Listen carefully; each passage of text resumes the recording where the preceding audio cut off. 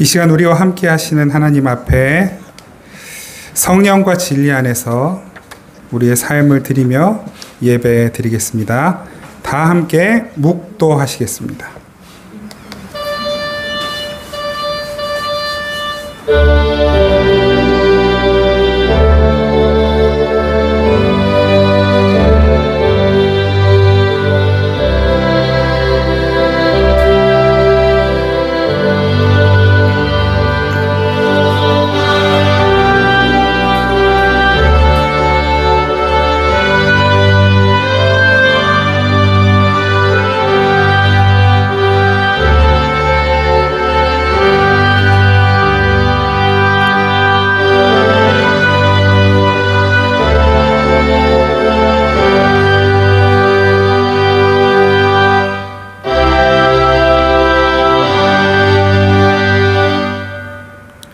감사로 하나님께 제사를 드리며 지존하신 이에게 내 서원을 갚으며 환난 날에 나를 부르라. 내가 너를 건지리니 네가 나를 영화롭게 하리로다. 아멘. 주님께서 부르신 이 자리에 우리의 몸과 마음과 영혼, 우리의 생명, 우리의 온 삶을 들고 나왔습니다. 하나님께 이 모든 것을 올려드립니다. 하나님이 기쁘게 받으시고 하나님이 귀하게 쓰시는 인생이 되게 하실 것을 기대하며 올려드리는 우리의 삶을 아버지 하나님, 하나님의 은혜로 덮어주시고 우리가 드리는 이 예배가 하나님의 기쁨이 되고 하나님의 마음을 시원케 해드리는 예배가 되게 하옵소서.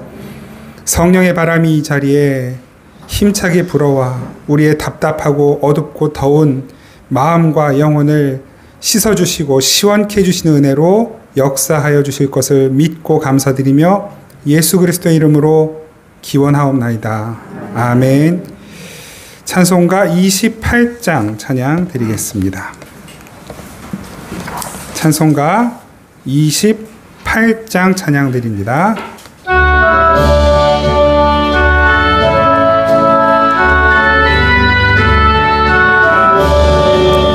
복의 근원 강림하사 찬송하게 하소서.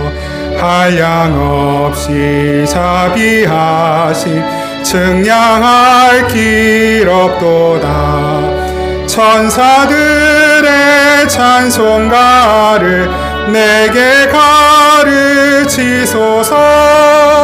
구속하신 그 사랑을 항상 찬송합니다. 주의 크신 도움 받아 이때까지 왔으니 이와 같이 천국에도 이르기를 바라네. 하나님의 품을 떠나 죄에 빠진 우리를 예수 구원하시려고 보혈을 흘려주셨네. 주의 귀한 은혜 받고 일생 빚진 자 되네. 주의 은혜 사슬 되사 나를 주께 매소서. 우리 마음은 연약하여 범죄하기 쉬우니 하나님 받으시고 천국인을 지소서. 아멘.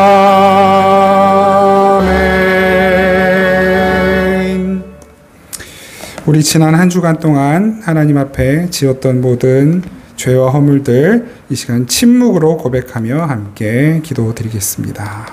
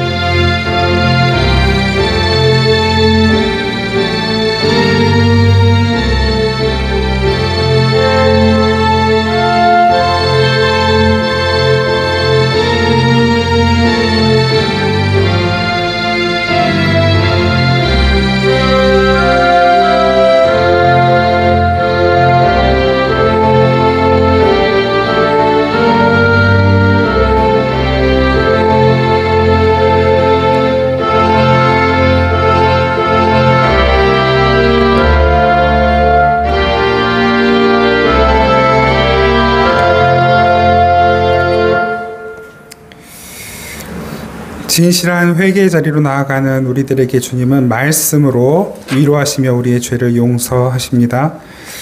너희 하나님 여호와께서 너희에게 명령하신 모든 도를 행하라. 그리하면 너희가 살 것이요 복이 너희에게 있을 것이며 너희가 차지한 땅에서 너희의 날이 길리라. 아멘. 사도신경으로 신앙 고백드립니다. 나는 전능하신 아버지 하나님 천지의 창조주를 믿습니다. 나는 그의 유일하신 아들 우리 주 예수 그리스도를 믿습니다. 그는 성령으로 잉태되어 동정녀 마리아에게서 나시고 본디오 빌라도에게 고난을 받아 십자가에 못 박혀 죽으시고 장사된 지 사흘 만에 죽은 자 가운데서 다시 살아나셨으며 하늘에 오르시어 전능하신 아버지 하나님 우편에 앉아 계시다가 거기로부터 살아있는 자와 죽은 자를 심판하러 오십니다. 나는 성령을 믿으며 거룩한 공교회와 성도의 교제와 죄를 용서받는 것과 몸의 부활과 영생을 믿습니다. 아멘. 찬송가 338장입니다. 338장 찬양 드리겠습니다.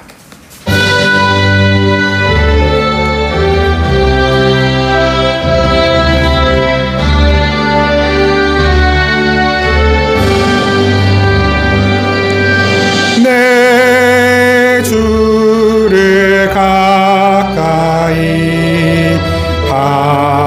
하게 함은 십자가 짐 같은 고생이나 내 인생 소원은 늘 찬송하면서 주께 더 나아가기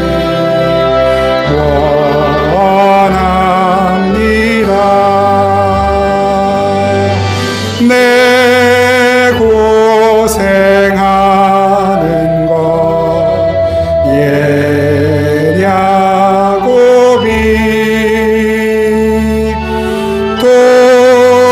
돌베개 베고자 갔습니다. 꿈에도 늘 찬송하면서 주께 더 나아가기 원합니다. 영성에 가는 길 험하여도 생명길 되나니 은혜로다. 천사 날 부르니 늘 찬송하면서 주께 더 나아가기 원합니다.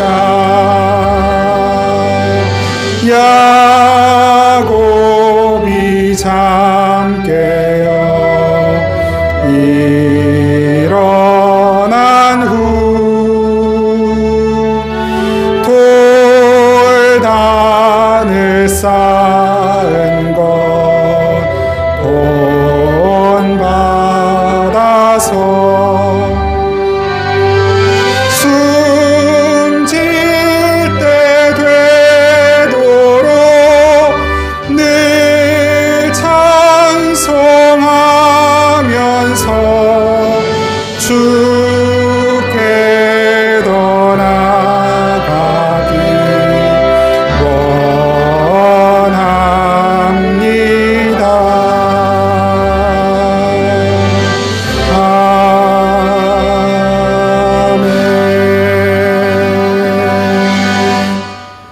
기도드리겠습니다.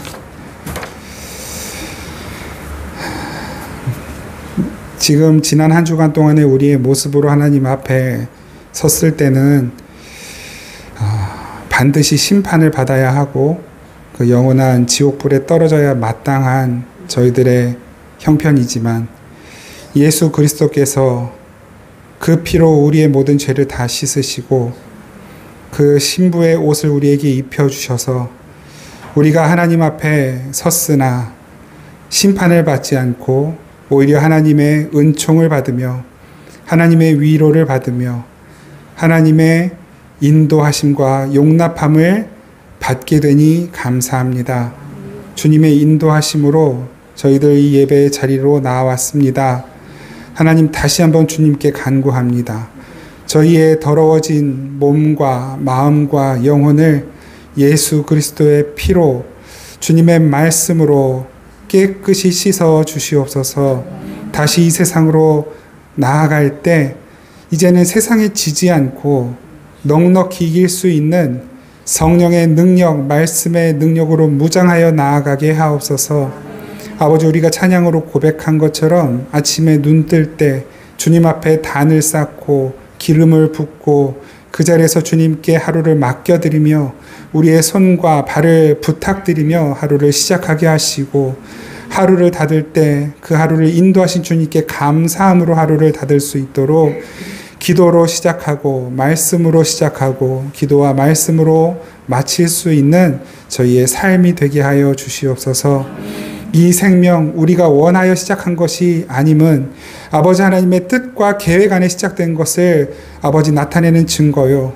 또한 우리의 마음대로 우리의 삶을 끝낼 수 없음은 주님의 뜻이 우리 안에 완성될 것을 아버지 하나님께서 보여주시는 증거이니 아버지 날마다 주님 앞에서 겸손히 더욱 주님을 사랑하고 의지하며 살아가는 우리의 삶이 되게 하여 주시옵소서.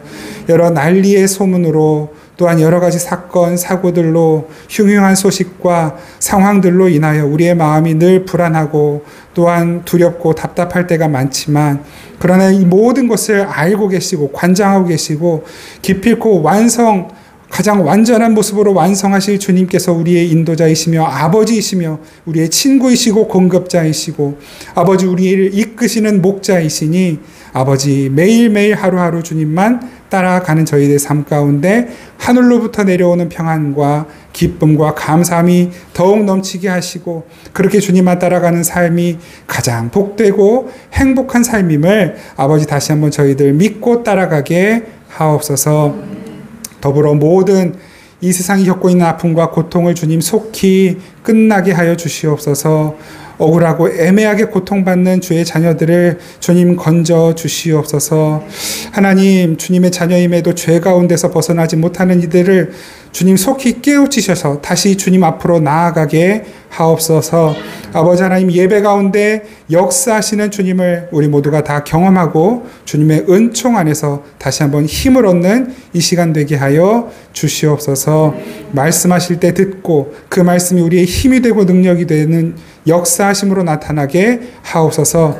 아버지, 주님께 귀한 예물 드리는 그 모든 손길들을 주님의 능하신 오른손으로 붙들어 주시고 그 어떤 것에도 결핍함, 궁핍함이 없도록 그 삶을 아버지 넉넉히 모든 필요한 것으로 채워 주시옵소서. 쓰고 베풀고 나누고 꾸어 주어도 부족함이 없는 삶이 되게 하여 주옵소서.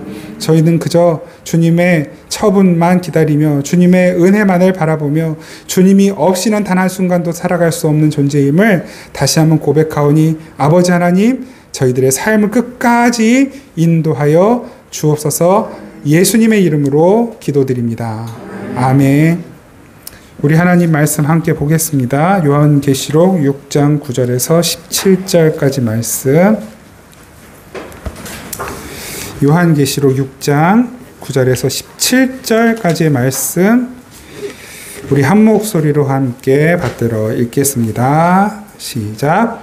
다섯째 인을 떼실 때에 내가 보니 하나님의 말씀과 그들이 가진 증거로 말미암아 죽임을 당한 영혼들이 제단 아래에 있어 큰 소리로 불러 이르되 거룩하고 참되신 대주제여 땅에 거하는 자들을 심판하여 우리 피를 갚아주지 아니하시기를 어느 때까지 하시려 하나이까 하니 각각 그들에게 흰 두루마기를 주시며 이르시되 아직 잠시 동안 쉬되 그들의 동무 종들과 형제들도 자기처럼 죽임을 당하여 그 수가 차기까지 하라 하시더라. 내가 보니 여섯째 인을 떼실 때에 큰 지진이 나며 해가 검은 털로 짠 상복같이 검어지고 달은 온통 피같이 되며 하늘의 별들이 무화과 나무가 대풍에 흔들려 설익은 열매가 떨어지는 것 같이 땅에 떨어지며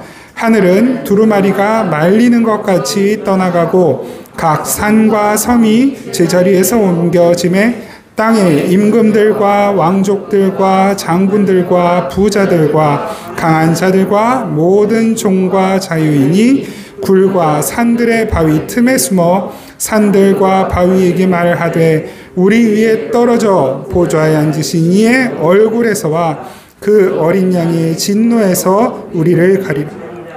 그들의 진노의 큰 날이 이르렀으니 누가 능히 서리요 하더라. 아멘.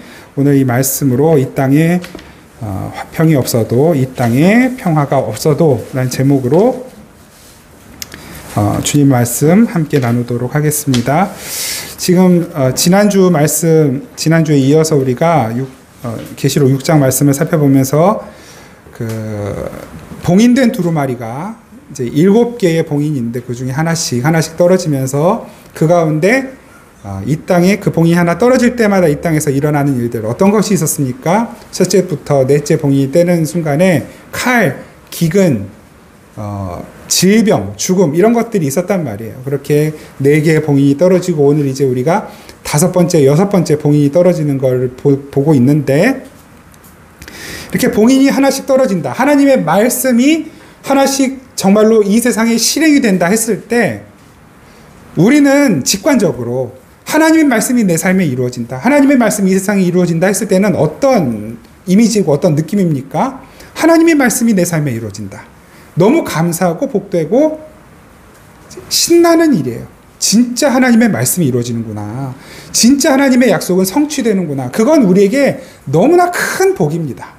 그런데 계시록 말씀에서 그 하나님의 말씀이 약속된 말씀이 하나씩 실행이 되고 있는데 그건 이 세상의 입장에서 볼 때는 어떤 것입니까? 오늘 지난주부터 또 계속 보지만 다 재앙이에요. 어두움이고 아픔이고 칼, 기근, 지진, 질병, 죽음 오늘도 그런 내용들로 채워져 있단 말입니다. 그런데 지난 그 4개의 인과 오늘 5번째, 6번째 인이 조금 다른 것이 있다면 어떤 것이 다릅니까?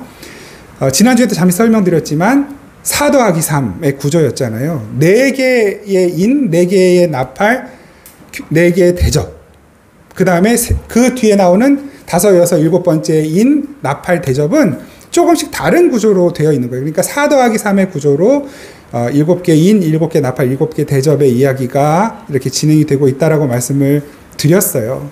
그래서 이제 우리가 지난주에 본 4개의 인이 떼어졌을 때는 공통적으로 말탄자가 나왔단 말이에요. 그래서 그 말탄자가 이 세상에 재앙이 있음을 알렸고 그 재앙을 또 실행했고 그랬단 말입니다. 근데 오늘 5번째 인이 떼어지니까 어떤 일이 일어나냐면 하나님의 백성들에게도 고통스러운 일이 일어났어요.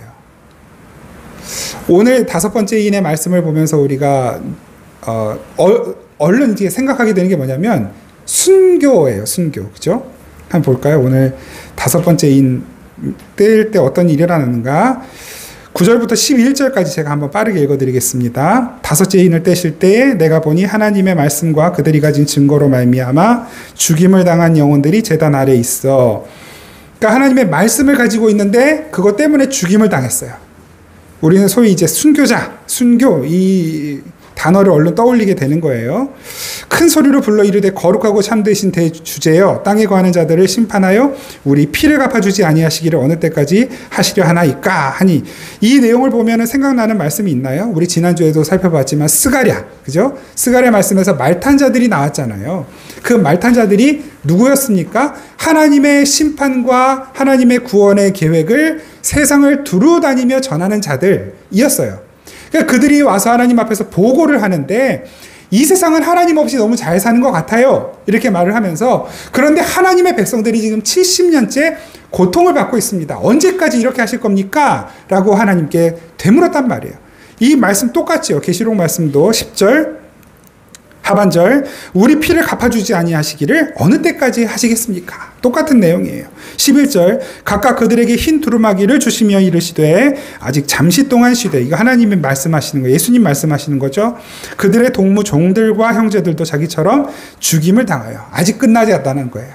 아직 주님이 세우신 교회들의 고통이 복음을 들고 사는 자들의 고통이 끝나지 않았다는 거예요. 그런데 그 수가 차기까지 죽임을 당하여 그 수가 차기까지 하라 하시니라. 그러니까 이 하나님께서 계획하신 것이 있는데 그 계획 속에 무엇이 들어있다는 거예요. 교회의 죽음, 성도들의 죽음, 순교가 들어있다는 것이죠. 근데 이 순교자의 수가 차기까지 하나님이 고통받는 일을 멈추지 않는, 다시 말하면 예수 그리스도께서 이 땅에 오시지 않는다. 우리는 그렇게도 생각할 수 있는 거예요. 이 말씀만 보면 앞이 캄캄해지죠. 이거 진짜 예수님을 앞으로 계속 믿어야 되나 말아야 되나 고민이 되는 그런 지점이 될 수도 있단 말입니다. 여기서 한번 단순하게 여러분들 한번 스스로 답을 해보시죠. 예수님께서, 하나님께서는 그리스도인들, 교회에 쉽게 말하면 목을 치시겠다는 거예요. 말씀 붙들고 사는 것 때문에 더 복을 주시는 게 아니라 더 많은 재앙을 겪게 하시겠다는 거예요. 우리가 그 묵상글을 나누면서 언제였죠? 그 창세기 3장 말씀을 나누면서 가인과 아벨의 예배, 묵상글을 혹시 보셨나요? 그 가인과 아벨의 예배 가운데 하나님께서 누구의 예배를 받으셨습니까?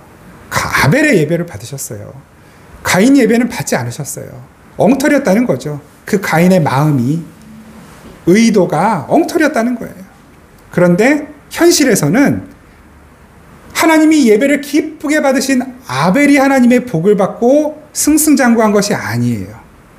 심지어 하나님이 다 보고 계셨어요. 어떤 상황을. 그 악당 가인이 동생 아벨을 쳐 죽이는 장면을 하나님이 직접 보고 계셨단 말입니다. 그런데도 하나님이 아벨이 죽는 걸 안 막아주셨어요. 아벨이 그렇게 두드려 맞고 있는데 안 막아주셨어요. 화나지 않나요? 우리가 누군가에게 두드려 맞고 있는데 우리가 잘 예배드리고 정말로 신실한 신앙생활을 하고 있는데 세상으로부터 두드려 맞아요. 억울한 일을 당하고 있어요. 근데 하나님이 안 막아주신단 말이에요. 그런 일이 있다면 화나지 않겠어요? 이게 진짜 내가 계속 예수님을 믿어야 돼 말아야 돼? 하나님이 있는 거야 없는 거야? 그런 의문, 그런 질문들이 안 들겠습니까?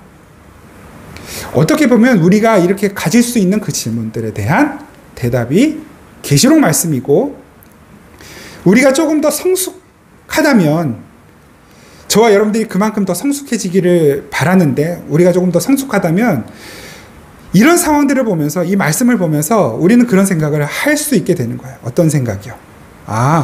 이 계시록 말씀이 진짜 내 삶에도 이루어지고 있구나.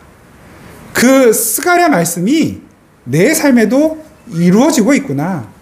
그 창세기 3장의 가인과 아벨의 이야기가 나에게도 동일하게 이루어지고 있구나. 우리는 그 지점에서 왜 나한테 이런 일이? 라는 악다구니를 하나님께 부리는 것이 아니라, 하나님 진짜 내가 그리스도인이 맞나 봐요. 하나님 진짜 제가 믿음으로 살고 있는 게 맞긴 맞나 봐요. 그렇게 하나님 앞에 찬양할 수 있는 자로 세워져 가야만 하는 것입니다. 저도 그렇고, 물론 여러분들은 저보다 훨씬 더 훌륭한 믿음의 자리로 가고 계시지만 저도 계속해서 자라가야만 합니다. 저에게 어려운 일이 생기고 억울한 일이 생겨도, 물론 그런 일들이 그렇게 크게 생기진 않았지만 그런 일이 생긴다 하더라도, 하나님 이런 일이 저한테도 생기다니 제가 그리스도인이 맞긴 맞나 봅니다. 제가 이렇게 고백할 수 있는 자리까지 자라가야만 하는 거예요. 여러분들이 저를 키워주셔야 돼요. 그리고 저도 여러분들이 그렇게 더욱 성숙하게 거룩하게 자라가도록 여러분들을 도와드릴 거고요. 이것이 신앙 생활이거든요. 왜 그런지 우리가 지난주에 말씀을 좀 나누다 말았어요. 오늘 이 5번째, 6번째 인을 조금 미리 설명을 드리고 지난주에 이어진 그 두 산의 얘기를 좀 말씀드리려고 하는 거예요. 이렇게 순교자의 삶에 대해서 일단 한번 말씀을 드렸어요. 6번째 인이 떨어져요. 6번째 인 12절부터 내가 보니 여섯째 인을 떼실 때 큰 지진이 일어나요. 해가 검어졌어요. 달이 피같이 됐고요. 하늘의 별들이 막 떨어지고요. 그리고 하늘은 두루마리가 말리는 것 같이 떠나가고 뭔가 우리가 보는 푸른 하늘 막 이런 것들이 막 뭐가 달라지나 보죠. 그리고 각 산과 섬이 제자리에서 옮겨짐에 막 이게 지각 변동이 일어나고, 그죠? 땅의 임금들과 왕족들과 장군들과 부자들과 강한 자들과 모든 종과 자유인이 굴과 산들의 바위 틈에 숨어 산들과 바위에게 말하되 우리에 떨어져 보좌에 앉으시니 얼굴에서와 그 어린 양의 진노에서 우리를 가리라. 무슨 말이에요? 이 세상에 힘을 가진 권력자들, 왕들이 다 꽁무니를 빼고 숨어 주랭랑을 친 거예요. 산으로 굴로 숨어 들어갔어요. 그러면서 거기서 바라는 게 뭐냐면 차라리 이 산이 무너져서 나를 무너뜨려라. 이 고통을 멈추게 해라. 그게 하나님의 진노를 당하는 것보다 훨씬 낫겠다. 지금 그렇게 탄식을 하고 있는 거예요. 무슨 말일까요? 여기서 한번 단순하게만 이 의미를 그냥 좀 필요한 설명들을 일단은 최소한으로 줄여서 말씀을 드려볼게요. 여기에서 해가 검어진다. 달이 피같이 변한다. 이 말씀은 계시록에 지금 처음 나오는 말씀 아니죠? 이 말씀을 누가 했는지 또 혹시 기억하시는 분이 계시나요? 마태복음에도 나와요. 예수님께서도 이 말씀을 하셨어요. 그 마지막 때가 되면 달이 피같이 변할 것이다. 요엘서에도 나온단 말이에요. 처음 나오는 말씀이 아니에요. 그러니까 이 말씀은 단순히 우리가 보이는 이 세계 현상들이 바뀐다라고 하는 것에서 이렇게 어떤 변동들이 일어난다라고 하는 것에서 멈춰서는 안 돼요. 그냥 그런 어떤 현상의 변동들, 햇빛이 막 검어지고 달이 핏빛처럼 되고 이러한 어떤 자연 현상, 그 어떤 천체의 변화들, 이런 것들에만 이 말씀을 맞추게 되면 다시 말씀드리지만 계시록은 그냥 판타지 소설이 되는 거예요. 무슨 마법사들이 등장하고 좀비들 나오고 그런 판타지 소설이 되어버리는 거예요. 우리는 이걸 어떻게 받아들여야 시험에 안 들고 더 복음에 가깝게 받아들일 수 있겠습니까? 구약에서 이 내용들을 어떻게 설명하고 계시는가? 또 예수님은 어떻게 설명하셨는가? 어떤 상황에서 무엇을 설명하기 위해 이런 표현들을 사용하셨는가를 봐야 되는 것이죠. 구약에서 이렇게 해가 검어지고 달이 피같이 변한다라는 표현을 언제 썼을까요? 이스라엘이 죄로 인하여 멸망하기 전에 하나님께서 그 하나님의 심판을 경고하시기 위한 표현으로 이 표현들을 사용하셨단 말이에요. 그리고 실제로 이스라엘이 망했어요. 예수님께서 믿는 자들이 이탈하고 배교할 것들을 경고하시고 예루살렘이 멸망할 것을 예고하시기 위하여 이 표현들을 쓰셨단 말이에요. 물론 근본적으로는 구약의 예언이나 예수님의 예언이나 계시록의 예언은 궁극적으로 근본적으로는 이제 하나님께서 마지막 이 세상을 심판하시는 그 지점을 향하고 있지만 그 말씀을 그 상황에서 하셨다라고 하는 것, 예수님의 상황, 또 구약의 상황에서 요엘이, 에스겔이 이런 표현들을 썼다고 하는 것은 지금 이 시대의 우리에게도 동일한 메시지를 주시고 계신다는 거예요. 무슨 메시지일까요? 한마디로 말하면 예수님의 말씀으로 딱 정리가 돼요. 회개하라. 하나님의 나라가 가까이 왔다. 그냥 그 말씀 한마디면 충분해요. 깊이 생각할 것도 사실 없어요. 물론 이제 더 깊이 생각하시고 연구하시는 건 또 저와 여러분들의 몫일 수 있지만 결론은 분명해요. 회개하라. 하나님의 나라가 가까이 왔다예요. 이 말씀, 이것과 관련해서 예수님께서 비유로 말씀하신 그 실로암 망대 사건이 있거든요. 그 말씀을 한번 좀 우리가 볼까요? 누가복음 13장 4절 5절 말씀. 누가복음 13장 4절 5절 말씀.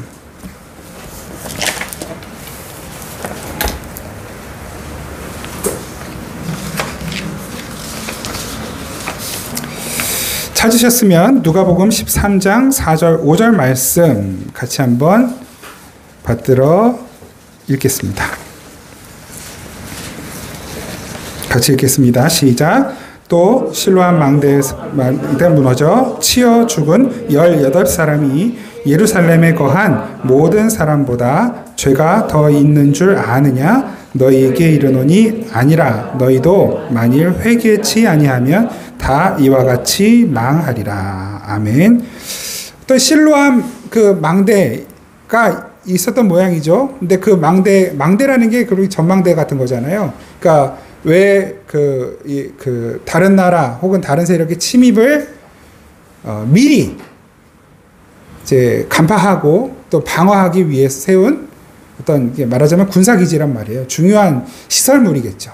그런데 이게 뜻하지 않게 누가 공격한 것도 아닌데 무너졌어요. 그리고 그 망대에 있던 18사람이 그 망대에 있던 사람들과 그 아래에 있던 사람들이 그 망대가 무너지면서 18명이 죽은 거예요. 그런 의문들이 생겼겠죠. 안타까운 죽음이네. 뭘 잘못해서 이렇게 죽었을까? 예수님이 이렇게 말씀하시는 거예요. 그 망대가 무너져 18명이 죽었을 때 그 죽은 18명이 너희들보다 죄가 많아서 죽은 거 아니다. 다른 사람들보다 죄가 많아서 죽은 거 아니다라고 말씀하시는 거예요. 그걸 보면서 우리도 언제든지 얼마든지 어떻게든 죽을 수 있다라는 걸 기억하라는 거죠. 우리의 목숨이, 우리의 생명이 내 마음대로 되지 않는 것을 알아야 한다라는 걸 예수님이 말씀하시는 거예요. 늘 회개하고 내가 언제 죽더라도 하나님 앞에 섰을 때 부끄러움이 없는 모습으로 설 수 있도록 회개하라는 말씀을 하셔요. 우리 주변에서 참 많은 안타까운 일들이 수시로 뉴스를 통해서 업데이트되고 있어요. 인터넷 창만 열면, 뉴스 창만 열면 좋은 소식보다 좋지 않은 소식들, 안타까운 소식들, 슬픈 소식들, 화가 나는 소식들이 계속 줄지어 올라옵니다.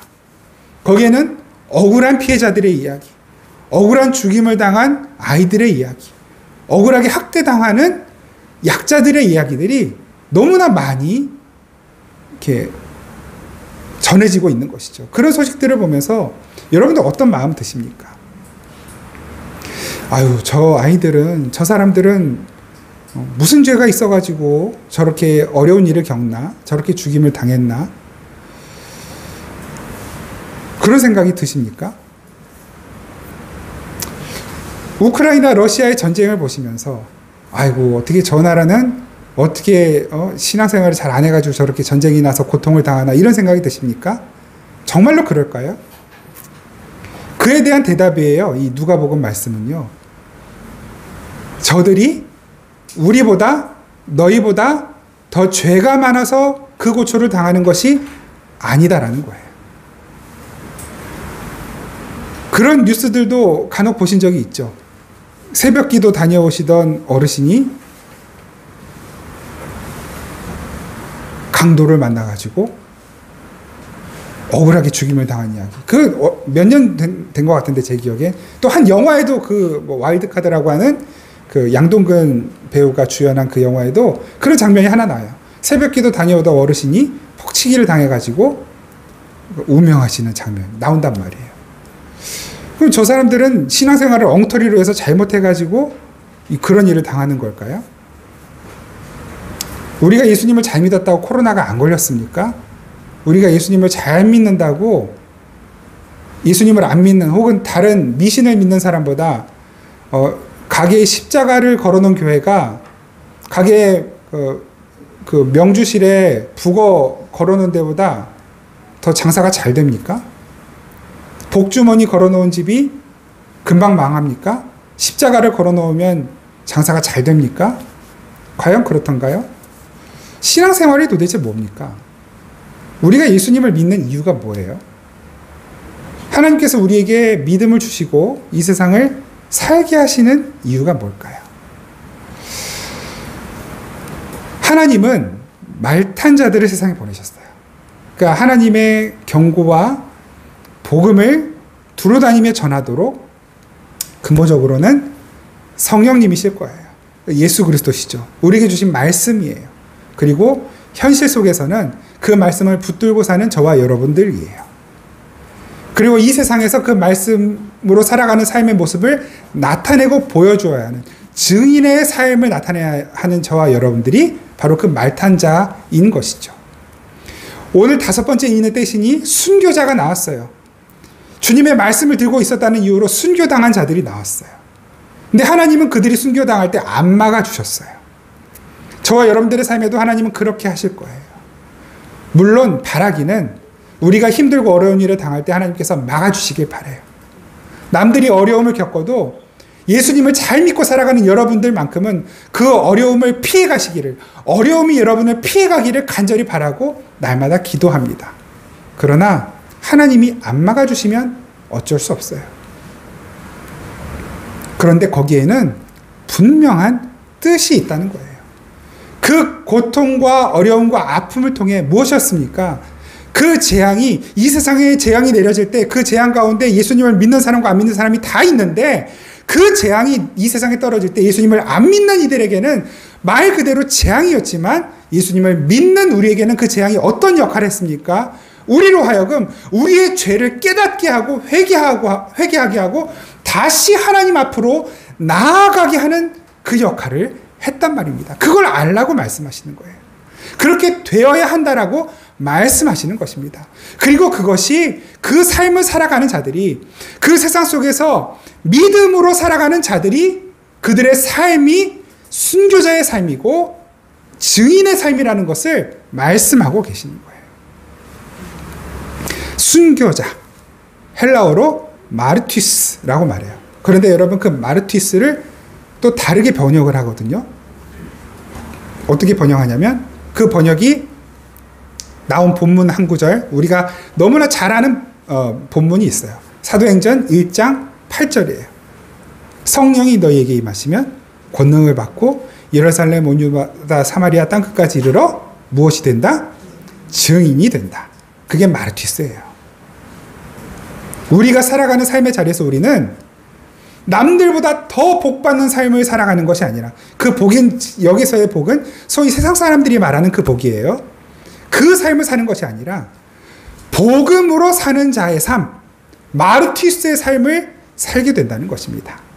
성령이 임하시면, 성령이 내게 능력을 베풀어 주시면, 그 성령의 말씀의 능력이 내게 임하게 되면 이 세상 모든 약한 자들을 딛고 밟고 올라서서 강자가 되는 것이 아니라 순교자가 된다는 거예요. 증인이 된다는 것입니다. 6번째 인을 떼셨어요.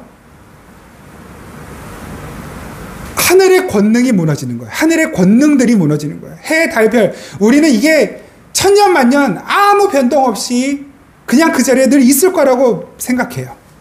내가 힘과 권력을 가져요. 내가 돈이 많아요. 내가 인기가 있어요. 내 젊음이 있어요. 그러면 우리는 단순하게 생각해요. 이 젊음은, 이 인기는, 이 돈은, 이 권력은 나에게서 쉽게 떠날 거라고 생각 안 해요. 근데 여러분, 우리가 나이가 들면서 그 고백을, 저만 해도 벌써 그 고백을 하지 않을 수가 없어요. 야, 시간 정말 빠르다. 젊음 어느새 지나갔나. 내 젊음의 빈노트 나는 뭘 채웠나. 벌써 이 노래 아시는 분들은 네. 청춘을 돌려달라고 해도 아무도 돌려주지 않아요. 저도 괜찮았어요. 한때는 예뻤단 말이에요. 지나가요. 제가 뭐 자랑 아니 자랑처럼 몇 번 말씀드렸지만 중학교 때 반에서 팔씨름을 1등 했어요. 지금은 저 뒤에 물통 하나 드는 것도 버거워가지고 헤매요. 힘이 쫙쫙, 근육이 쫙쫙 빠져나가요. 중력이 나를 끌어당길 때 버틸 힘이 있었는데 나이가 들수록 내 피부도 이 중력의 힘을 못 이겨내는 상황 가운데 우리는 점점 빠르게 달려가고 있단 말입니다. 제가 왜 이야기를 했죠? 흔들리지 않을 것 같은 힘과 권력과 세력들이 무너지는 때가 온단 말이에요. 그래서 오늘 보면 6째 인을 떼니까 땅의 임금들, 왕족들, 장군들, 부자들 다 뭐예요? 나는 천년만년 괜찮을 거야. 부자는 망해도 3대 간다며 괜찮을 거야. 안심하고 있는 자들이 다 숨어 들어가는 거예요. 차라리 내 머리 위에 산이 무너져 죽었으면 좋겠다라고 탄식하는 자리로 가게 되는 거예요. 이것이 하나님의 심판의 때란 말입니다. 그런데 이것을 예수님을 안 믿는 자들만 당하는 것이 아니라 우리 모두가 다 당하게 되는 일이란 말이에요. 그런데 그렇게 이 세상에 심판과 재앙이 임하고 있는데 지금 그것이 우리가 살아가는 현실이잖아요. 동시적으로 우리가 겪고 있는 이 7년 환란의 시간들 우리가 지금 겪으며 살아가고 있잖아요. 그리고 이 인이 떼어진 그 상황들을 우리가 지금 겪으며 살아가고 있잖아요. 대접이 쏟아진 그 상황들을 우리가 겪으며 살아가고 있잖아요. 주님은 분명히 말씀하시는 거예요. 그 가운데에서 건져내지는 이들이 있단 말입니다. 여기는 지금 골짜기예요. 축복의 산과 저주의 산, 그 두 산 사이의 골짜기를 우리가 살아가고 있단 말입니다. 그 스가랴서의 말탄 자들은 바로 그 골짜기를 다니던 자들이었어요. 하나님은 우리에게 경고하시는데 어디로 피하라고 말씀하시냐면 축복의 산으로 피하라, 저주의 산으로 피하라 말씀하시지 않고 골짜기로 피하라고 말씀하셨단 말입니다. 우리가 한번 이 말씀을 보시죠. 스가랴 14장 1절에서 5절 기록만 해두세요. 제가 한번 빠르게 읽겠습니다. 스가랴 14장 1절에서 5절 여호와의 날이 이르리라. 그날에 내 재물이 약탈되어 내 가운데서 나누이리라. 내가 이방 나라들을 모아 예루살렘과 싸우게 하리니 성읍이 함락되며 가옥이 약탈되며 부녀가 욕을 당하며. 지금 이게 어떤 다른 막 악당 나라, 나쁜 나라에 일어나는 일이 아니라 하나님의 백성의 나라에 일어나고 있는 일이에요. 싸우는데 성읍이 함락되고 가옥이 약탈되고 부녀가 욕을 당하고 성읍 백성이 절반이나 사로잡혀 가려니와. 그런데 그 가운데서 남은 백성이 있어요. 남은 백성은 성읍에서 끊어지지 아니하리라. 그때 여호와께서 나가사 그 이방 나라들을 치시되. 언제 이런 일이 일어나는 거예요? 하나님께서 일어나셨을 때, 하나님께서 직접 그 전투에 나가셨을 때. 그 하나님께서 나서시는 전투는 더 이상 전투가 아니에요. 그건 그냥 심판이에요. 이방 나라들을 치시되 이 왕의 전쟁 날에 싸움과 같이 하시리라. 그날에 그의 발이 예루살렘 앞 곧 동쪽 감람산에 서실 거예요. 하나님께서 우뚝 서셨는데 어떤 일이 일어나나 보세요. 감람산을 위에 서셨는데 그 감람산은 그 한가운데가 동서로 갈라져 매우 큰 골짜기가 되어서 이 감람산 하나가 갈라져서, 이것도 다 이게 상징적인 표현인 것이죠. 하나님이 그 감람산 위에 서시니까 산이 갈라져 버려요. 그 가운데 골짜기가 생겼어요. 산 절반은 북으로 절반은 남으로 옮기고 그 산 골짜기는 아셀까지 이를지라. 너희가 그 산 골짜기로 도망하되. 이왕이면 하나님이 복된 산으로, 하나님이 우뚝 서신 그곳으로 도망쳐라 그러셨으면 좋았을 텐데 골짜기로 도망하라고 말씀하셔요. 유다왕 우시야 때 지진을 피하여 도망하던 것 같이 하리라. 나의 하나님 여호와께서 임하실 것이요 모든 거룩한 자들이 주와 함께 하리라. 골짜기로 도망하는데 거룩한 자들은 도망자의 신세가 아니라 하나님과 함께 있는 신분이 되는 거예요. 하나님이 모든 나라들을 치실 때 함께 있는 자가 되는 거예요. 그 심판을 당하지 않고 그 심판의 자리에서 하나님과 함께 거룩한 존재로 서게 되는 거예요. 예수님이 이 세상에 계실 때 습관처럼 가시던 곳이 어디였을까요? 감람산이었어요. 한 곳만 읽어드릴게요. 누가복음 22장 39절 예수께서 나가사 습관을 쫓아 감람산에 가심에 무슨 일이 일어났을까요? 제자들도 쫓았더라. 쫓아가는 거예요. 감람산에 계시는 예수님을 쫓아가는 거예요. 여러분, 그것이 교회이고 성도예요. 우리는 지금 이 세상 골짜기를 살아가고 있지만 우리 힘으로 살아가는 것이 아니고 그 심판받을 심판의 대상으로 살아가는 것이 아니고 심판의 주체이신 예수 그리스도를 쫓아 사는 삶을 살고 있는 거예요. 예수님을 따라가는 자들이 구원을 받는다라는 걸 말씀하시는 것이죠. 이 두 산, 하나님이 서셔서 갈라졌더니 생긴 그 두 산. 이것을 이제 신명기에서는 무슨 산으로 소개를 합니까? 그리심산과 에발산. 그 본문을 제가 읽어드리겠습니다. 신명기 11장 26절에서 30절 제가 읽어드릴게요. 내가 오늘 복과 저주를 너희 앞에 두나니. 복도 두고 저주도 두시는 거예요. 똑같이 복만 두시는 게 아니고 복과 저주를 너희 앞에 두나니 너희가 만일 내가 오늘 너희에게 명하는 너희의 하나님 여호와의 명령을 들으면 복이 될 것이요 너희가 만일 내가 오늘 너희에게 명령하는 도에서 돌이켜 떠나 너희 하나님 여호와의 명령을 듣지 아니하고 본래 알지 못하던 다른 신들을 따르면 이 신들은 무슨 힌두신, 알라, 부처 이런 신을 말하는 게 아니에요. 내 마음에 내가 의지하고 있고 내가 소유하기를 원하고 내가 따르기를 원하고 갖고 싶어하는 그것이 있다면 하나님보다 더 의지하고 하나님보다 더 사랑하는 것이 있다면 이제 그것이 신이 되는 것이죠. 재물이 됐든 성공이 됐든 인기가 됐든 아름다운 외모가 됐든 자식들이 됐든 하나님보다 더 사랑하고 하나님보다 더 찾으면 그게 나의 신이에요. 그 신들을 따르면 저주를 받으리라. 내 하나님 여호와께서 내가 가서 차지할 땅으로 너를 인도하여 들이실 때에 너는 그리심산에서 축복을 선포하고 에발산에서 저주를 선포하라. 이 두 산은 요단강 저쪽 곧 해지는 쪽으로 가는 길 뒤 길가 맞은편 모래 상수리 나무 곁에 아라바에 거주하는 가나안 족속의 땅이 있지 아니하냐. 그 골짜기에 하나님의 백성들이 있어요. 축복의 산과 저주의 산이 동시에 있단 말입니다. 그 산이 동시에 내 앞에 놓여 있는 거예요. 거기에서 하나님은 뭘 말씀하시는 거예요? 축복의 산으로 가라라고 말씀하시는 것이 아니라 나를 따르라라고 말씀하시는 거예요. 내 말씀, 내 명령을 따라와라라고 말씀하시는 거예요.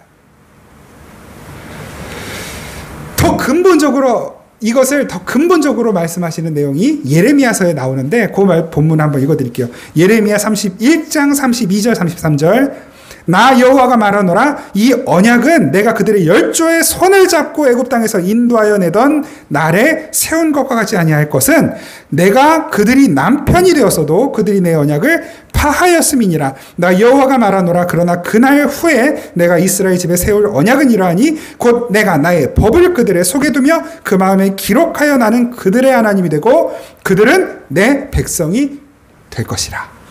아멘. 하나님께서 말씀을 따라와라 하시고 어떻게까지 하시냐면 내가 그들의 남편이 되어 그들의 손을 잡고 말씀을 따라와 하시는 정도가 아니라 그냥 그들의 손을 잡고 끌고 가신다는 거예요. 손을 잡고 끌고 가시는데 이 이스라엘 백성들이 얼마나 지독하냐면 그렇게 손을 잡고 끌고 가는데도 안 따라간다는 거예요. 그렇게 끌고 가는데도 언약을 파하였습니다. 손을 뿌리치고 자기들 가고 싶은 대로 가겠다는 거예요. 그게 누구라고요? 그게 저라고요. 그게 우리라고요. 그게 교회이고 성도의 모습이라는 거예요. 이렇게까지 이야기하고 이렇게까지 복음을 이야기해주고 이렇게까지 하나님 나라에 대해서 이야기해주고 이렇게까지 너희들이 나를 따라와야만 산다라는 걸 말하고 있는데도 불구하고 기필코 이 세상의 원리와 원칙과 기필코 이 세상의 성공과 즐거움과 쾌락을 나는 쫓아가겠다라고 신랑의 손을 뿌리치고 가는 자들, 그들이 바로 우리라고 말씀하시는 거예요. 그러면 하나님이 그래 가라 라고 하시지 않고 그래도 끝까지 이전의 법과는 완전히 다른, 그러니까 이전의 법과 다른 법이라는 것이 원리가 다른 것이 아니라 더 강력한, 더 큰 은혜의 법으로 너희에게 주어서 곧 내가 나의 법을 그들의 속에 두며, 지금까지는 내가 돌판에 두었는데 이제는 돌판에 두는 게 아니라 아예 너희 속에다가, 너희 심령 속에서 내가 그냥 그 법을 집어 넣어버려 가지고, 그러니까 칩을 바꿔버리는 거죠. 말하자면 CPU를 바꿔버리는 거예요. 칩을 바꿔가지고 이 말씀이 구동되지 않으면 우리의 삶이 구동되지 않는 그 자리로 우리를 이끌고 가시겠다는 거예요. 그들의 속에 두며 그 마음에 기록하여 나는 그들의 하나님이 되고 그들은 내 백성이 될 것이라. 아예 그렇게 확정하고 결정하여 내가 너희들을 끌고 갈 것이다. 그래서 어떻게 하느냐? 그 골짜기에 여러분 골짜기에 물이 차면 어떻게 됩니까? 골짜기에 물이 차면 홍수가 나는 거잖아요. 골짜기에 물이 차면 큰일 나요. 계곡에 있을 때 여러분 홍수 나면 계곡 그 물가에 있던 사람들 큰일 납니다. 죽어요. 그죠? 그래서 경고 방송도 나오고 얼른 피신을 해야 되는 거잖아요. 그 노아의 홍수 때 그랬단 말이에요. 말하자면 이 세상이라는 골짜기 속에 많은 사람들이 하나님을 따르지 않고 자기 법대로 살아가는데 그 산에 올라서 유일하게 하나님 말씀을 따라가던 한 가족, 하나님의 말씀을 순종하던 바로 그 한 가족, 노아와 그 가족들만 배에 올라 살아남았단 말이에요. 그 골짜기가 홍수로 찼을 때, 다 죽을 때 그 가족만 살아남은 거예요. 말씀 따라간 가족만. 하나님은 우리들을 그 골짜기에서 끄집어내시겠다는 거예요. 시편 68편 22절 말씀, 시편 68편 22절 제가 읽을게요.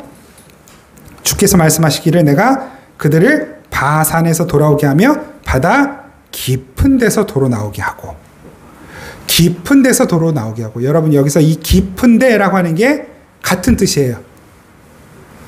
골짜기라는 뜻이에요. 이 골짜기라는 히브리어 단어가 깊음이라는 것으로 번역이 되기도 하거든요. 대표적으로 태초에 하나님이 청지를 창조하시니라.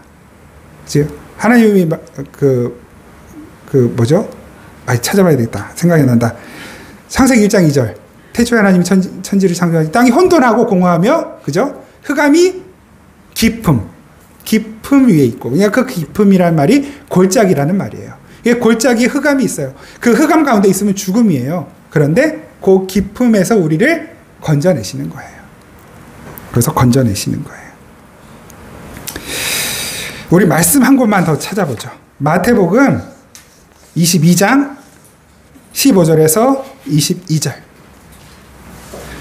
이 지금까지 말씀드린 우리가 이 세상을 살아갈 때에 하나님이 우리를 살게 하신 그 증인의 삶, 순교자의 삶, 건짐을 받은 자들의 삶이 어떤 것인지를 잘 나타내주는 비유 중 하나거든요. 마태복음 22장 15절에서 22절 말씀 찾으셨으면 우리 같이 한번 읽겠습니다. 시작. 이에 바리새인들이 가서 어떻게 하면 예수 말에 올무에 걸리게 할까 상의하고 자기 제자들을 헤롯 당원들과 함께 예수께 보내어 말하되 선생님이여 우리가 아노니 당신은 참되시고 진리로 하나님의 도를 가르치시며 아무도 거리는 없으시니 이는 사람을 외모로 보지 아니하심이니이다. 그러면 당신의 생각에는 어떠한지 우리에게 이르소서. 가이사에게 세금을 바치는 것이 옳으니까 옳지 아니하니까 하니 예수께서 그들의 악함을 외식하는 자들아 어찌하여 나를 시험하느냐.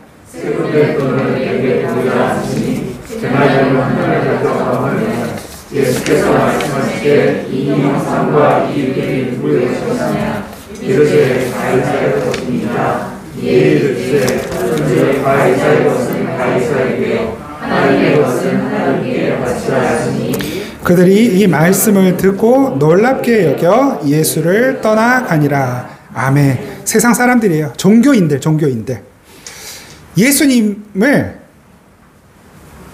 예수님에게 막 질문을 했어요. 그것도 막 이렇게 칭찬하는 말, 이렇게 막 아부하는 말처럼 하면서 하나님은 외모로 보시지 않고 당신도 그렇게 사람을 외모로 보지 않는 사람인데, 그러면 당신의 생각에는 이 황제는 신이었잖아요. 당시 황제 로마의 신이었잖아요. 이 황제에게 세금을 바치는 게 옳습니까? 틀립니까? 왜냐하면 황제가 세금을 걷어서 그 세금을 어디다 씁니까? 자신을 더 신격화하고 우상하는 데 쓰죠. 그 신격화하고 우상하기 위해서는 반드시 교회를 핍박해야만 돼요. 그리스도인들을 핍박하는데 세금을 사용한단 말이에요. 그걸 물고 늘어지는 거예요. 그런 줄 알면서도 교회가, 당신을 따르는 이들이, 그리고 우리가 세금을 내야 됩니까? 말아야 됩니까? 이걸 질문하는 거예요. 뭐 때문에? 예수님을 시험에 빠지게 하려고. 올무에 걸리게 하라고, 말의 올무에 걸리게 하라고. 세금을 내라 그러면 아니 하나님을 믿고 하나님만이 신이라고 하는 당신이 어떻게 그 세금으로 교회를 핍박할 줄 알면서 세금을 내라고 할 수 있습니까? 이렇게 할 것이고, 세금을 내지 마라 하면 당장 그 말 가지고 어떻게 해요? 예수님을 걸고 넘어 그 재판정에 세울 수 있단 말이에요. 재판받게 할 수 있단 말이에요. 그러니까 둘 중에 하나 딜레마에 빠지게 한 거죠. 예수님의 대답은 무엇이었습니까? 우리가 너무나 잘 아는 대답. 가이사의 것은 가이사에게, 그리고 하나님의 것은 하나님에게. 이 대답을 하셨단 말이에요. 그 대답의 의도와 의미를 여러분 쉽게 파악하실 수 있겠어요? 저도 파악이 안 돼요, 잘. 그런데 이 내용을 언어로 살펴보면 조금 그 실마리가 하나 나오는데 뭐냐면, 가이사의 것은 가이사에게 바쳐라. 그러나 하나님의 것은, 그 그러나라고 하는 말이 빠져 있어요. 카이이거든요. 그러나 하나님의 것은 하나님에게 바쳐라. 여기에서 우리가 생각할 수 있는 것, 네가 가이사의 것이라고 생각하면 가이사에게 바쳐라. 여러분, 세금이라는 게 뭡니까? 무엇으로부터 혜택을 받고 있으면 그것에 대한 의무를 이행하는 것이 세금이란 말이에요. 나라에서 일을 하고, 그러니까 이 나라 국민으로서 일을 하면서 그 수익이 발생이 되면 이 나라에서 일을 함으로써 수익을 내가 얻고 있다, 수익 사업을 하고 있다, 사업을 하고 있다고 하는 그 혜택이 있잖아요. 혜택을 받고 있는 것에 대한, 말하자면 나라의 의무를 지불하는 것이 세금을 내는 거란 말이에요. 가이사에게 세금을 낸다고 하는 것은 예수님은 그 의도인 거예요. 이 가이사가, 시저 황제가 이 세상이 너에게 혜택을 주고 있고, 너는 이 세상으로부터 혜택을 받고 있고, 이 세상을 추구하고 이 세상의 가치를 따르고 그것이 너의 행복이고 그것으로 너의 인생의 목표를 삼고자 한다면, 그러면 너는 가이사에게 세금을 내는 게 맞겠지. 그런데 너에게 정말로 혜택을 주고 있고 너에게 은총을 주고 있고 너에게 복을 내리고 있는 것이 가이사가 아니라 하나님이라고 믿는다면 하나님에게 바쳐라. 첫째, 이런 의미인 것이에요. 두 번째, 그 동전에는 시저의 형상, 가이사의 형상이 있어요. 가이사의 것이에요. 그 가이사의 형상이 있는 것, 그것을 가이사에게 바치는 것이 합당하다는 거예요. 그러니까 이것은 이 바리새인들이 지금 예수님을 걸고 넘어지게 하려고 하는 논리를 넘어선, 그죠? 가이사의 형상이 있는 돈이니 그것이 가이사에게 돌아가는 것이 당연한 거 아니냐? 그것으로서 이들의 의도된 질문을 지금 피해 가시는 거예요. 그러면서, 그러나 하나님의 형상이 어디에 있는가? 하나님의 형상이 있는 것은 하나님에게 바쳐야 된다라는 말씀을 하시는 거예요. 여러분, 하나님께서 우리를 어떻게 지으셨어요? 어떤 형상을 따라 만드셨습니까? 하나님의 형상을 따라 만드셨단 말이에요. 저와 여러분들은 하나님의 형상, 하나님의 이미지가 있는 사람들이에요. 나는 잘 몰라도 내 안에 정말 그런 이미지가 있는가 의심이 들 때도 있지만, 틀림없이 저와 여러분들에게는 하나님의 이미지가 회복이 되었어요. 하나님의 형상이 회복이 되었어요. 무엇으로? 예수 그리스도의 십자가로 말미암아 깨어진 하나님의 형상, 아담과 하와의 타락으로 깨어진 하나님의 형상이 예수 그리스도의 십자가로 말미암아 회복된 자들이란 말이에요. 그 하나님의 형상이 회복되었다면, 그러면 너희의 삶이 하나님께 드려지는 것이 마땅한 거 아니냐? 라고 물으시는 거예요. 이 질문을 한 이들 가운데, 나는 하나님의 형상이다 라고 하면 당연히 예수님의 대답을 듣고 뜨끔했을 거예요. 내 삶은 하나님께 드려져야 하는 거구나. 그래, 세금은 세금대로 바치되 내 삶은 하나님께 드려지는 것이 맞구나 라고 생각했을 거예요. 놀라긴 놀랐어요. 이렇게 대답하실 줄 몰랐거든요. 그래서 그들이 이 말씀을 듣고 놀랍게 여겼다 그래요. 놀랍게 여겼다. 야, 보통 아닌데, 똑똑한데, 우리 예상을 벗어났는데, 그리고선 어떻게 합니까? 하나님의 말씀을 따랐다고 되어 있습니까? 예수님을 따랐다고 되어 있습니까? 아니죠. 예수님을 떠난 거예요. 그들 안에 하나님의 형상이 없었던 거예요. 그냥 그들이 살고자 하는 자리로 다시 간 거예요. 예수님에게 놀라긴 놀랐지만 예수님을 따를 마음은 없었던 것입니다. 동일한 질문이 우리에게 떨어진다면, 여러분, 우리는 납세의 의무 성실하게 해야 돼요. 그 나라, 하나님께서 보내신 나라에서 우리는 여기에서 터전을 잡고 일을 하고 있어요. 그러면 세금 내는 게 마땅해요. 우리 교회는 아직 미등록 미인가 상태라 나라에 세금을 내고 있지는 않지만 우리도 다 등록이 되면 이제 세금을 낼 거란 말이에요. 여러분도 세금 떼먹지 말고 잘 내시기 바랍니다. 그런데 그보다 더 중요한 가치가 있어요. 저와 여러분들 안에 하나님의 형상이 있어요. 여러분, 우리를 보내신 이 세상이라고 하는 골짜기는, 하나님이 이 세상이라는 골짜기 우리가 빠져들 때 우리를 그 위험과 재앙과 어려움으로부터 우리를 막아주시는 것이 아니고 그대로 내버려 두시는 거예요. 왜요? 곧 빠져서 그 고통 가운데서 어떻게 우리의 죄악이 떨어져 나가고 씻겨져 나가고 우리의 허탄한 욕심이 떨어져 나가도록, 그래서 깨끗하고 순결한 모습으로 다시 하나님 앞에 나아가도록 회개하게 만드신단 말입니다. 그래서 그것을 통해서 내 안에 하나님의 형상이 있구나. 이 하나님의 형상으로 지어진 내 삶이, 내 시간이, 내 달란트가 하나님께 드려져야 하는 것이 맞구나 인정하고 고백하면서 하나님께로 나아가게 만드신단 말이에요. 이 세상은 우리로 하여금 그렇게 우리를 거룩하게 만들어서 우리를 하나님의 말씀 붙들지 않으면 안 되는 삶으로 만들어 가시는 하나님의 광야인 것이고 하나님의 학교인 것이고, 어떻게 보면 물이 차올라 있는 골짜기인 것이에요. 이 골짜기에서 우리가 살아가는 방법은 내 힘으로, 내 실력으로 열심히 헤엄쳐 가는 것이 아니라 그 가운데서 말씀으로 순종하여 사람들이 이해하지 못해도, 사람들이 따라주지 않아도, 나를 이상하게 보더라도 주님 말씀 안에서 주님이 배 지으라 하면 배 지으시고, 주님이 가라 하면 가고, 멈추라 하면 멈추고, 일하라 하면 일하고, 공부하라 하면 공부하고, 그 주님의 마음에, 그 주님의 뜻에 합당한 자로 살기 위해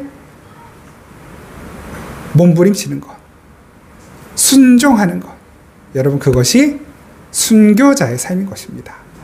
내 머리를 내놓는 것은 진짜로 어디 순교지에 가서 내 목을 내놓고 댕강 잘리는 것이 순교가 아니고, 주님 말씀하셨잖아요. 네 머리로 살지 말고 예수님을 머리로 삼아 살라고 말씀하시잖아요. 교회의 머리시라면서 예수님이. 근데 우리는 악착같이 끝까지 내 머리로 살고 있잖아요. 그 머리 내려놓으라는 거예요. 그럼 예수님이 머리가 되어주시겠다는 거예요. 그 삶을 가리켜 순교자, 마르티스, 증인의 삶이라고 말씀하시는 것입니다. 아무쪼록 저와 여러분들의 삶이 예수 그리스도의 삶, 하나님의 형상이 이런 것이다라는 것을 세상을 향해 나타내는 증인의 삶이 되기를 간절히 바라고 축복합니다. 그 삶 위에 하나님께서 더 부어주실 크신 은혜를 기대하면서 우리 지난주 고백했던 이 찬양 다시 한번 고백하고 기도하겠습니다. 주님께서 우리를 이 광야 같은 세상에 살게 하신 것은 우리의 모든 죄와 허물의 껍데기를 다 벗겨내시고 욕심의 허울을 벗겨내시고 탐욕의 끈을 다 끊어버리시려고 우리를 이 광야로, 이 골짜기로 내려보내셨는데, 그 주님의 선하신 뜻에 합당하도록 주님이 우리를 이끄시는 대로 가기 원합니다. 그래서 하나님, 쓸데없는, 곧 없어질, 쉽게 변해버릴 내 자아, 내 꿈 다 주님 앞에 내어드리고 주님이 주시는 꿈을 꾸고 주님이 새롭게 만들어 가시는 주님의 형상을 회복하고 또 예수님의 마음, 예수님의 손과 발을 가지고 이 세상을 넉넉히 이기며 살아가는 저희들이 되도록, 성령님의 능력이 나타나는 저희들의 삶이 되도록, 예수님의 모습이 나타나는 저희들의 삶이 되도록 인도하여 주옵소서. 그렇게 하실 주님을 기대하고 또 인정하고 받아들입니다. 감사드리고 우리를 사랑하시는 예수님의 이름으로 기도드립니다. 아멘. 우리 주 예수 그리스도의 은혜와 우리 아버지 하나님의 놀랍고 신실하신 사랑과 성령의 교통하시고 함께 하시는 은혜가 이 시간 다시 한번 주님 내 자아를 주님께 내어드리기 원합니다. 주님이 회복시키신 그 하나님의 형상으로 살기 원합니다. 아버지, 이 형상을 형상대로 지으신 우리의 삶을 하나님께 드리며 살기 원합니다. 다짐하고 세상으로 나아가는 생명의 단비교회 모든 성도들, 그리고 모든 가족들, 이 땅의 모든 교회들 가운데 항상 함께 계시기를 간절히 축원하옵나이다. 아멘.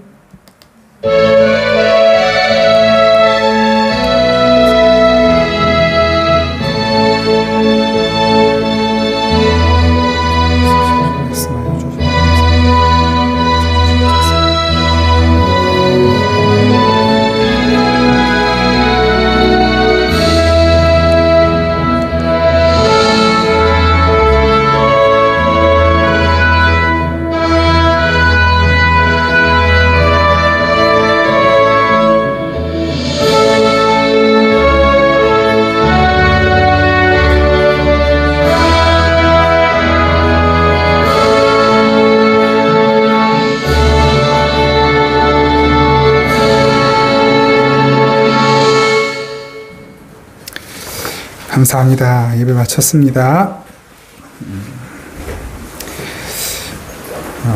수요 기도에 계속해서 모이고 있습니다. 그리고 이번 주 돌아오는 토요일은 청년부 모임이 있습니다. 교재 가지시고 부디 부담 갖지 마시고 오세요.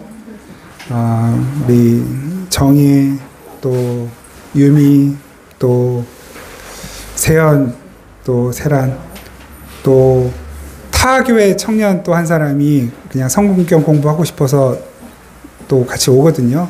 그러니까 오셔서 어른들은 안 되고요. 청년들만. 네. 오셔서 같이 우리 삶 나누고 기도 제목 나누고 하나님 말씀 함께 나누면 좋겠습니다. 너무 좋더라고요. 이렇게 그냥 제가 일방적으로 막 이렇게 이야기하는 것이 아니고 같이 이야기하는 시간이기 때문에 참 좋더라고요. 편안한 마음으로 오시면 됩니다. 물론 이제 막 말을 막 일부러 막 하기 싫은데 시키진 않습니다. 네, 편하게 오세요. 교회에서 사라진 질문을 찾아요. 뒤에 책을 놔뒀는데요. 각 가정별로 한 권씩 가져가시면 되겠습니다. 가정별로 한 권이에요. 식구가 막 4명이어도 한 권, 2명이어도 한 권, 1명이어도 한 권, 한 권만 가져가세요. 그리고 오늘 이따 오후 찬양 예배 또 오실 수 있는 분들은 꼭 오셔서 같이 찬양 드리면 좋겠고요. 하여튼 여러분 축복합니다. 감사합니다. 우리 다음 주에 뵙겠습니다.